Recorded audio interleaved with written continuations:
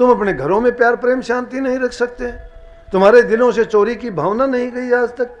चोरी करते हो, झूठ बोलते हो, कपट दिलों में है, कहाँ की भक्ति है? घरों में शांति नहीं रख सकते, चार आदमियों में जो प्यार नहीं कर सकता बाहर कहाँ प्यार करेगा? आप सभी को राधा स्वामी। देखिए, जो आज का सत्संग का विषय है उसे महाराज ने बताया कि हम किस तरह हमारे घरों में प्यार प्रेम और सुख शांति ला सकते हैं और किस तरह हम अपने जीवन को सही दिशा में चला सकते हैं। और साथ ही महाराज ने बताया कि अगर हमें सच्चा सत्संगी बनना है या हमें अपने मन को प्रभु की भक्ति में लगाना है तो हमें किन बातों को अपने जीवन में उतारना चाहिए और हमें किन बातों से बचना चाहिए। और ये बातें महाराज ने सत्संग में बहुत प्यारी प्यारी बताई है, जो बातें हमारे दैनिक जीवन के लिए बहुत ही ज़्यादा अच्छी उपयोगी साबित होती है। तो चलिए आपका कीमती समय लेते हुए सत्संग को शुरू करते हैं। कृपया सत्संग को अंत तक पूरा सुनकर पुण्य भागीदार अवश्य बनिए और महाराज जी के इन प्रवचनों को अपने जीवन में अवश्य उतारिए। राधा स्वामी। जब वो चीजें उन्होंने करके देखी और करके दिखाई तो उन्होंने साबित करके भी दिखाया दुनियादारों का कि जो सुख ईमानदारी में, सच्चाई में, अपनी मेहनत में, अपनी कमाई में और दूसरों के हित करने में जो हमें परिणाम मिलता है उस जैसा परिणाम किसी को नहीं मिलता, किसी चीज में नहीं मिलता। वो शांति दुनिया के पदार्थों में नहीं है, शांति इंसान के मन में है। और मन में शांति कब आती है इंसान को? जब सद्गुण उसमें आते हैं। सद्गुणों में ये चीजें सबसे प्रथम आती हैं। राजा चकवा बैन की कहानी ऐसी ही है। हमारे देश में ही राजा चकवा बैन का नाम उन महान राजाओं में लिया जाता है जो त्यागी थे, अपने हाथ से मेहनत से अपना कमा के खुद खाते थे, राजा होते हुए खजाने का एक पैसा भी अपने लिए प्रयोग नहीं करते थे। खेती करके उसमें जो अन्न पैदा होता था उसी से रोटी, उसी से सब्जी, उसी से अपने कपड़े पहनते थे। राजा महाराजाओं का नाम सुनते ही हमें ये मन में ख्याल आता है कि बड़े शानो शौकत से रहते होंगे, नौकर चाकर उनके काम करते होंगे, उनके तो बड़ी इज्जत होगी, ये होगा। लेकिन नहीं, ऐसे राजा हुए हैं कि उनकी अगर बात देखोगे तो राजा शिवी जैसे जिसने अपने शरीर का ही दान कर दिया था, राजा हरिश्चंद्र जैसे जो धर्म के लिए अपनी पत्नी और बेटे को भी अपने से अलग कर दिया, बल्कि उनको जो कहानी आप सुनो तो आप सुन नहीं सकते, इतनी उसमें दया उमड़ती है। ऐसा त्याग उन्होंने किया जिन्होंने उस धर्म को अपनाया, धर्म को माना। जब तक ये चीज़ें हमारे दिलो दिमाग में नहीं आती हैं और हम उनको अच्छे गुणों को नहीं अपनाते हैं, तब तक धर्म के रास्ते पर कहाँ हैं? अब धर्म के ठेकेदार बने बैठे हैं हम। हमने भी राधा स्वामी नाम लिया है, आप भी गुरु के भगत हो, लेकिन कितने दिल साफ हैं हमारे? आप सबसे पूछा जाता है, सभी कहते हो भजन करते हैं, नाम का सुमरण करते हैं, हम ये करते हैं, वो करते, कितना करते हो? कितनी द्वेष ईर्ष्या निंदा भरी हुई है। तुम अपने घरों में प्यार प्रेम शांति नहीं रख सकते? तुम्हारे दिलों से चोरी की भावना नहीं गई आज तक? चोरी करते हो, झूठ बोलते हो, कपट दिलों में है, कहाँ की भक्ति है? घरों में शांति नहीं रख सकते, चार आदमियों में जो प्यार नहीं कर सकता बाहर कहाँ प्यार करेगा? बूढ़े बुजुर्ग माँ बाप की जो सेवा नहीं कर सकता वो कहाँ पर हित के काम करेगा? जो घरों में ही चोरी करता है वो दूसरे लोगों के लिए क्या दान पुण्य कर देगा? किसकी सहायता कर देगा? क्या धर्म अपनाया हमने? चल चल के बहुत आते हैं, दिखाई देते हैं कि बड़ा धार्मिक है, बड़ा भजन करने वाला है, बड़ा इसका रुतबा है, लेकिन क्या रुतबा है उसके दिल से पूछ के देखो। संतों को पता होता है, ये ना सोचना पता नहीं है, लेकिन वो प्रकट नहीं करते किसी का। सोचते हैं इसको खुश होने दे, ये कह के खुश हो जाएगा, लेकिन वो जानते हैं कि वो कितने पानी में है। परंतु क्या लेना देना, अगर उसको प्रकट कर देंगे वो जैसा है वैसा भी टूट जाएगा, वो बिल्कुल छोड़ जाएगा। टेक पुरानी जिनकी बंधी हुई है वो टेक ही नहीं छोड़ सकते। लेकिन ऐसी बातें सुन के तो कम से कम इंसान बुद्धिजीवी है, अकल है, समझ है, ज्ञान है, विवेक है, उसको ये तो सोचना चाहिए मेरा हित और मेरा लाभ किस चीज़ में है। और उनको सुन के भी जो अपने जीवन को नहीं बदल सकता तो धिक्कार है ऐसे इंसान के जीवन को पाके और फिर किसी गुरु या धर्म से बंध के भी जो अपना सुधार नहीं कर पाया तो उसने जीवन में क्या कमाया, क्या क्यों आया और क्यों उसने ये अपना वक्त खो दिया। तो मैंने राजा चकवा बैन का नाम लिया था, अपने हाथ से मेहनत करते, ढेकड़ी से पानी निकालते थे, थोड़ी बहुत जमीन के उसी में खेती करके अनाज। तो एक टाइम ऐसा आया, रानी भी ऐसी थी उनकी, जहाँ ऐसे आदमी होते हैं उनके साथ लगने वालों को भी वो सुधार देते हैं। कहते हैं ना कि एक दूसरे को देख के इंसान रंग बदलता है, खरबूजे को देख के खरबूजा बदलता है ना, वो यही बात है, वो संग का असर होता है। जैसे का संग करोगे कमोबेश उसमें उसका गुण आता चला जाता है। इतना भी देख लो, अगर चंदन के बाग में, चंदन के पेड़ों के बीच में आख ढाक और फलस के भी पेड़ खड़े हों तो उनमें भी अगर देखोगे तो चंदन की खुशबू हो जाती है। उनमें चंदन की खुशबू होने का कारण, क्योंकि चंदन में जो खुशबू है उनका संग करने के कारण उनका असर उसमें आ जाता है। रामायण में भी आया है कि सठ सुधरी सुसंगति पावा, अच्छी संगति मिलने से तो मूर्ख भी सुधर जाते हैं, मूर्ख भी सुधर जाते हैं। लेकिन क्योंकि इंसान में ज्ञान है, समझ है, ये जब तक अपने ज्ञान और विवेक को अपने लिए प्रयोग नहीं करता, अपने लिए नहीं सोचता है, ये सोचता है किसी दूसरे के लिए। यूँ तो महापुरुषों की वाणी को लेके बड़ी व्याख्या करते हैं, बड़ी बात बताते हैं। कहते हैं कि सतगुरु ने मुझे बाण मारा, मेरे भरमगढ़ टूट गए। ऐसा बाण मारा कि मेरी और कोई चीज़ नहीं, हृदय को छेद डाला है उसने, क्योंकि मेरे उस जो ज्ञान चक्षु हैं उनको खोल दिया है। लेकिन करते नहीं हैं वो, जिन्होंने कहा उन्होंने ऐसा किया था। तो चकवा बहन जी की ये हालत थी, उनकी रानी भी ऐसी ही थी, सादे कपड़े, क्योंकि जब उनको खजाने का कुछ लेना देना नहीं था, खुद की कमाई कुछ नहीं थी, थोड़ा सा खेती का काम करके कमाते थे, उसी से उनका सारा घर का, खाने पीने का और पोशाक का सब खर्चा उसी में चलता था। एक बार साहूकार लोगों की औरतें आई, उन्होंने आके और उसको उन्होंने सोचा कि चलो रानी से मिल के आएंगे। जब रानी से मिलने के लिए गए राजा चकवा बहन के घर, रानी को देख के और वो कहने लगे रानी से मिलने आई। बोली मैं ही रानी हूँ। बोली आप रानी हो? आपके कपड़े देख के तो लगता है आप नौकरानी भी नहीं हो, आप दासी भी नहीं हो। हमारी नौकरानी हमारी दासियां भी तुम्हारे से अच्छी होंगी, तू कैसी रानी है? इतनी देर का संग था, रानी के मन को पलट दिया। उसके दिल को ठेस लगी कि वाकई में क्या रानी हूं मैं। इन औरतों के देखो हार श्रृंगार हैं, गहने पहने हुए हैं, कीमती कपड़े पहने हुए हैं, कितनी सुंदर लग रही हैं, मैं क्या रानी हूँ। आम लोगों की औरतें वो तो इतनी सुंदर हैं, मैं राजा की रानी होते हुए मेरी ये हालत है, रूखी रोटियां खाती हूँ, फटे हाल कपड़े पहनती हूँ, नाम रानी का है और फिर भी ये हालत। शाम के टाइम राजा से मिलना हुआ तो राजा से शिकायत कर बैठी। तो ऐसे स्वभाव के जो आदमी, धीरज धर्म मित्र अरु नारी, आपातकाल परखिए चारी। ये चार चीज, धीरज धर्म मित्र और नारी, ये आपातकाल के टाइम में परखना चाहिए। धीरज इंसान का डोल जाता है, धैर्य, धर्म बदल जाता है इंसान का, थोड़े से लालच के कारण डूब जाएगा। मित्र स्वार्थ के कारण जो हो वो मित्र नहीं होता। इनकी व्याख्या करें तो बहुत टाइम लगता है, लेकिन मोटा मोटी समझने की बात है। ये चीजें अगर वक्त पे काम आती हैं तो ये आपत्ति काल में ही परखी जाती हैं, तब उनका पता लगता है कि स्त्री कितनी हितकारी है, मित्र कितना हितकारी है, हमारे अंदर धैर्य कितना है और हम कितने धर्म के पालक हैं।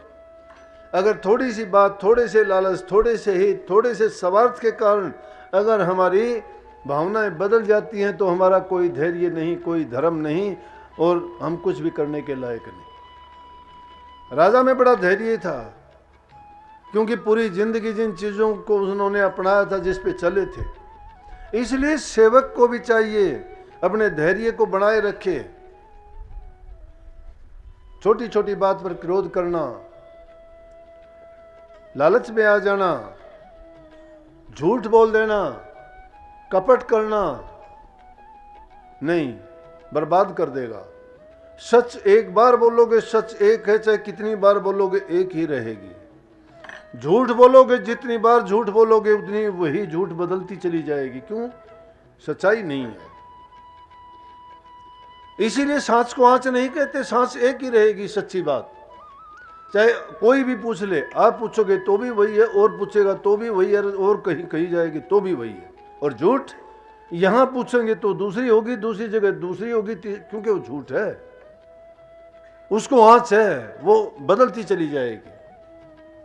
इसलिए सेवक में ये गुण होना चाहिए, सेवक धर्म है ये। राजा चकवा बहन ने क्या किया, पूरी बात रानी की सुनी। रानी ने कहा कि इस तरह से स्त्रियां आई थी, उनको देख के मैं हैरान हुई, कितनी सुंदर औरतें थी, आम औरतें थी, उनके गहने थे, अच्छे कपड़े थे, बहुत सुंदर लग रही थी, और मैं रानी होते हुए मेरी ये हालत। राजा समझ गया कि रानी के विचारों में खलल पड़ी है, बदलाव आया है, इसलिए इसको शिक्षा देनी जरूरी है। लेकिन चलो देखते हैं, उन शिक्षा देने का भी तरीका अलग था। एक अपने मंत्री को रावण के पास लंका में भेज दिया, कहने लगे 1.25 मन सोना लेके आओ रावण से जाके, और कहना राजा चकवा बहन ने 1.25 मन सोना मंगवाया है। रावण बड़ा अहंकारी था, राक्षस राजा था, देवताओं को जीत रखा था, बड़ा तपधारी था, चारों वेदों का ज्ञाता नहीं टीकाकार था, बड़ा ज्ञानवान प्रकांड पंडित था, बड़ा तप साधना उसने की थी, ये नहीं कह सकते हम। लेकिन कर्म जो गलत कर बैठा था, उसके कारण जो है रावण कि आज तक उसके कर्म खत्म नहीं हुए हैं, आज तक उसको जलाते हैं, उसके कर्म अभी पूरे ही नहीं हुए हैं। उसको देह रूप में उसके सामने भी उसको कष्ट भोगने पड़े, लेकिन वो जाने के बाद आज भी उसको नकली रावण बना के उसके कर्म अभी खड़े हैं, खड़े रहेंगे। जब तक ये सृष्टि रहेगी उसके कर्म खत्म नहीं होंगे, क्योंकि उसने कर्म ऐसे गंदे किए थे। लेकिन जब वो मंत्री जी उनके पास गए और जाके कहने लगे राजा चकवा बहन ने 1.25 मन सोना मंगवाया आपसे, रावण कहने लगा मैं सोना क्यों दूं उसको, सोना मुफ्त आता है, नहीं दूंगा मैं सोना, जाओ। बहुत सोच विचार के बाद उसने जवाब दे दिया। मंत्री चला, मंत्री अब सोचता हुआ जाता है, जाके समुद्र के किनारे बैठ गया।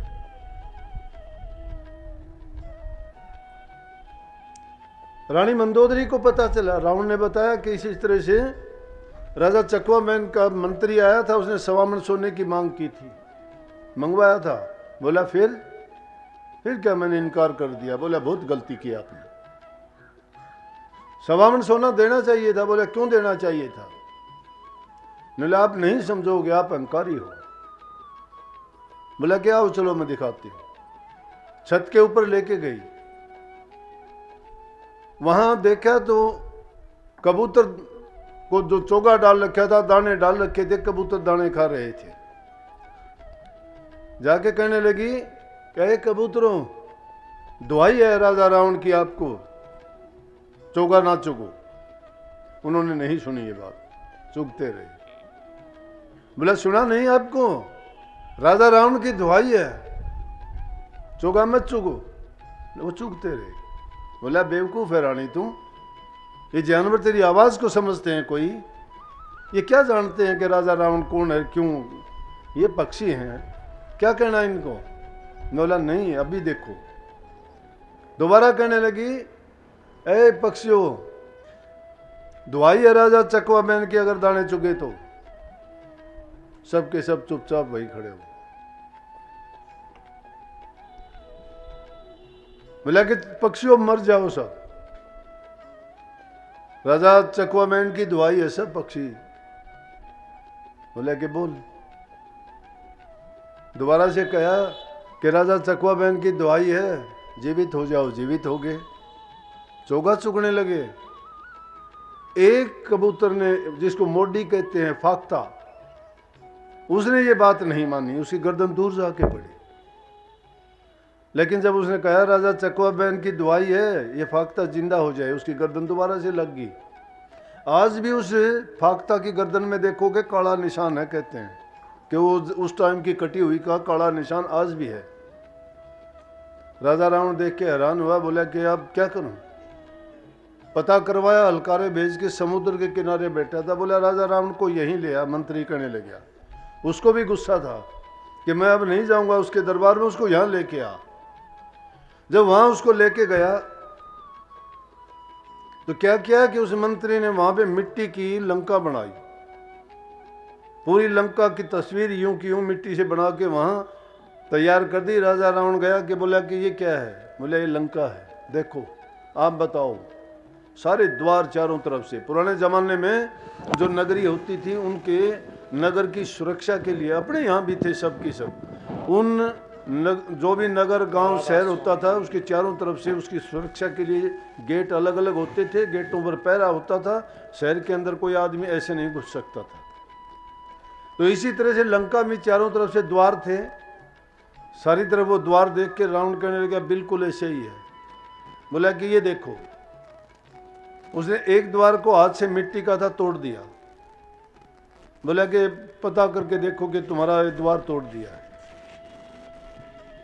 दूसरा, तीसरा, चौथा, इसी प्रकार से सारे द्वार तोड़ के उसको दिखाए और कहा कि ये देख। बोला राजा चकवा बहन तेरे इसका भूखा नहीं है, लेकिन वो तो सिर्फ जो चाहे वो कर सकता है। कहानी बताने का मतलब यह है कि उस प्रभु के नाम में इतनी शक्ति है कि ये तो सिर्फ एक नेक चलनी, दूसरे पे दया करना, प्रजा का हितकारी, न्याय प्रिय राजा, अपनी मेहनत का कमा के खाने वाला, इन गुणों को रखने वाले में भी इतनी सिद्धि और शक्तियां थी जिसके आम आदमी भी दूर बैठे ऐसे काम कर सकते थे। ऐसा वक्त था। कहां से थी वो ताकत इंसान में? ये सच्चे गुणों के कारण, सच्चाई के कारण, तप के कारण, साधना के कारण, अपनी हक हलाल ईमानदारी के कमाई के शुद्धता के कारण था। आज इंसान क्यों बिगड़ा हुआ है? आज भाई भाई के खून का प्यासा क्यों है? आज पिता पुत्र का झगड़ा क्यों है? सास बहू की क्यों नहीं बनती? एक ही घर में चार आदमी हैं, चारों की चार बात अलग अलग क्यों है? घरों में प्रेम नहीं है, आपसी विश्वास नहीं है। कौन सा धर्म ये सिखाता है, कौन सा गुरु ये बताता है कि तुम ऐसा करो? दुनिया के जितने धर्म हैं, जितने गुरु हैं, सबको ये बताते हैं कि तुम अच्छे गुणों को अपनाओ, बुराइयों को त्यागो, और उसमें से भी समय निकाल के तुम प्रभु की भक्ति करो। नहीं भी करते तो कम से कम इतनी आस्था तो रखो कि हमें जो है अपने कर्मों का हिसाब चुकाना और देना पड़ेगा। अरे अच्छे कर्म नहीं करते तो बुरे करने से तो बच जाएं, लेकिन क्यों अकेला इसी चीज में हम लिपटे रहें कि हम ना करें? कर्म अच्छे करेंगे तभी हम भक्ति के मार्ग पर चलने के लायक बनेंगे। सत्संग को पूरा सुनने के लिए आपका बहुत बहुत धन्यवाद। तो प्यारी साध संगत जी, जैसा कि आपने सुना, सत्संग महाराज जी ने बताया कि हम किस तरह अपने घरों में सुख शांति ला सकते हैं और हम किन बातों को अपने जीवन में उतार कर अपने जीवन को लक्ष्य को पा सकते हैं और अपने जीवन को सार्थक बना सकते हैं। और साथ ही महाराज जी इतनी प्यारी प्यारी बातें सत्संग में बताई है। कृपया आप उन बातों पर अमल अवश्य कीजिए और उन बातों को आप अपने जीवन में अवश्य उतारिए, ताकि आपका जीवन सफल हो सके और आपका जीवन सार्थक बन सके। और साथ ही अपने मन को प्रभु की भक्ति में, भगवान के चरणों में अवश्य लगाइए, ताकि आपके मन में जो गंदे ख्याल आते हैं, जो गंदे विचार आते हैं, वो दूर हो सके। और अगर आपको सत्संग बहुत अच्छा लगा तो कमेंट बॉक्स में राधा स्वामी लिखकर पुण्य भागीदार अवश्य बनिए। मिलते हैं जल्दी एक और नए और बहुत ही प्यारे सत्संग के साथ। तब तक के लिए राधा स्वामी।